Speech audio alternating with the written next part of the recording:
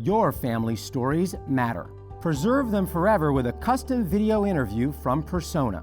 Our team of journalists will ask all the right questions and produce a video you'll treasure. For more information, go to personacustominterviews.com.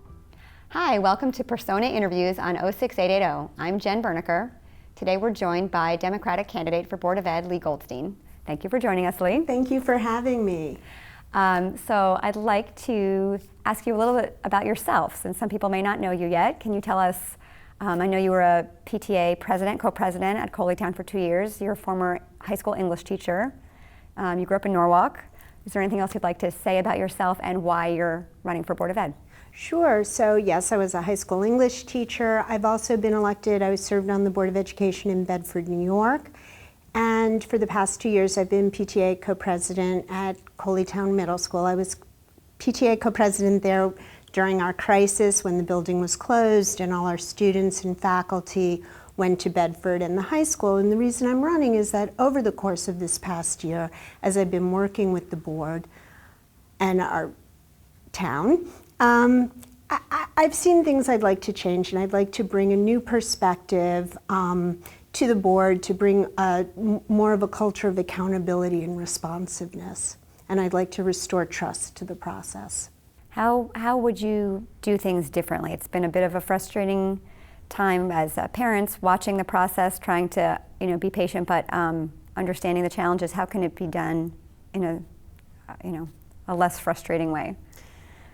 So the events of this year were frustrating. I don't want to take away from that, but I do think the board could, one, be more responsive, so that when I started describing the problems in Coleytown, and they were significant, we had 90% relative humidity, we had mud coming in the window, we had terrible, terrible odors, we had to throw out pianos, they were so warped. I would describe this and the board would count down my 2 or 3 minutes at the podium, and then the superintendent at the time would say everything is fine, and every single person on the board would nod, and not one board member came to the school. Not one incumbent board member went to see what was going on in the school. So that's a lack of responsiveness. It's a lack of personal accountability as well. It's a lack of taking responsibility for what's happening in our buildings. And that's a culture change. I'd also like to see specific accountability in terms of each decision that's made. Start a process where we identify a problem, assess the problem under a set of guiding principles that are already established, make a decision, and then come back a year later and ask, how is it going? Mm-hmm. Is it working? Do you see, I know there's a lot of improvements and maintenance that need to be done on the other facilities. So are we heading, is the same, how do we prevent the same thing from happening again in terms of, other mold at other schools or other types of facility issues that could come to haunt us in the next couple of years?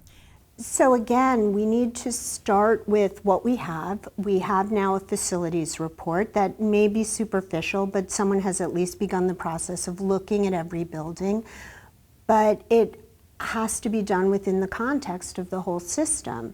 So every one of those decisions needs to be made, as any decision we make, educational or facilities-wide, within the context of the budget and, taking the information, assessing it, and then with the board and with our other boards who fund things, making decisions about what we need to pay for and when. Since I've been watching and since there's budgets online back to 2013, we've seen windows at Long Lots have been on the schedule to be replaced, and that's just never happened. Mm-hmm. So we need a real plan. We need to allocate money for it and spend it. There's a lot of talk about who should be doing that. The Board of Ed has responsibility for the buildings. That's a state law, but that doesn't mean the Board of Ed cannot be a customer and have someone else do the actual work of it, and that we can't create synergies within the town and partnerships. Okay. So there's a lot of avenues to go down. We just have to prioritize what's important. Moving on to talking about redistricting, which has been such a hot topic, and I know it's a work in progress. As a parent of a 4th grader, I just want to know if there's a possibility of anything changing next year. And then what is there a possibility of redistricting in the next year? And if not, do we need to redistrict and when? Okay, it's a multi-part question. Let's start with the elementary schools. Right now, every scenario that has changed elementary school attendance has been taken off the table. The board and our interim superintendent have said none of those plans work. So your fourth grader will go to the same school for fifth grade. As of now, and it's Westport, things change quickly, but as of now, there's no scenario that includes changing elementary schools. Do we need to redistrict or rebalance? Ultimately, yes. Coleytown is going to reopen in August 2020, we hope, and children need to go there. We haven't had a rebalance in 20 years in Westport, and populations have shifted, and the way we deliver curriculum has shifted, so we do need to balance the schools. It's also a question of how we use resources. The Board of Finance for years has asked the Board of Education to true staffing to our declining enrollment. And in order to do that, we're going to need to balance the populations. That doesn't mean we want huge classes. That's what people are concerned about. There are other ways to staff. We can be more flexible. I've spent a long time looking at different districts and how they budget. I can tell you that Darien has a middle school with 4 teacher teams, as we do, but when they have individual class size variances, for example, they level math in the way we do, those tend to be the classes that are larger or smaller, they bring in an extra teacher. So there are ways to be flexible, there are ways to deploy our teachers in smarter ways, and I believe we can do it. Other great districts do, and so can we. Is it, just so I can understand, is it a problem to have 4 teacher teams at one school and 3 4-teacher teams at another school? It's expensive.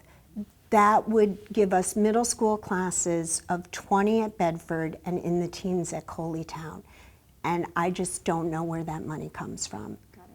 So it's a question of balancing the number of students in the classes and as much as the number of teams.